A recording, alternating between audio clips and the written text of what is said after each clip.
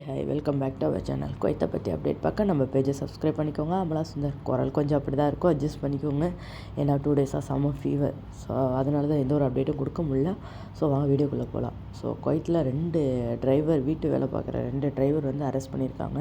என்ன ரீசன்னா, அவங்க வீட்டு வேலை பார்த்துட்டு ட்ரக்ஸை சேல் பண்ணியிருக்காங்க அப்படின்ட்டு. இது யாரால் அரெஸ்ட் பண்ணப்பட்டாங்க அப்படின்னா, அவங்க அரபிக் ஓனர் சொல்லுவாங்கள்ல, அவங்க ஓனர் வந்து கம்ப்ளைண்ட் பண்ணியிருக்காங்க. ஸோ அவங்களால தான் வந்து அரெஸ்ட் பண்ணியிருக்காங்க. ஸோ கொஞ்சம் சேஃபாக இருங்க. இந்தமாரி ட்ரக்ஸ் எல்லாம் வேண்டாம். ட்ரக்ஸை மறந்துட்டு குவைத்துக்கு வாங்க. ஸோ நெக்ஸ்ட் அப்டேட் என்னென்னா, டிசம்பர் 28லேருந்து ஜனவரி 3ஆம் தேதி வரையும் இந்த குவைத்து வந்து சட்டமீறல் இந்தமாரி இதுக்கெல்லாம் வந்து நிறையா சோதனை பண்ணிகிட்டு இருந்தாங்க, சர்ச் பண்ணிகிட்டு இருந்தாங்க. ஸோ அதேமாரி மீறினவங்கள கிட்டத்தட்ட 21 பேருக்கு வந்து லைசன்ஸை வந்து கேன்சல் பண்ணியிருக்காங்க.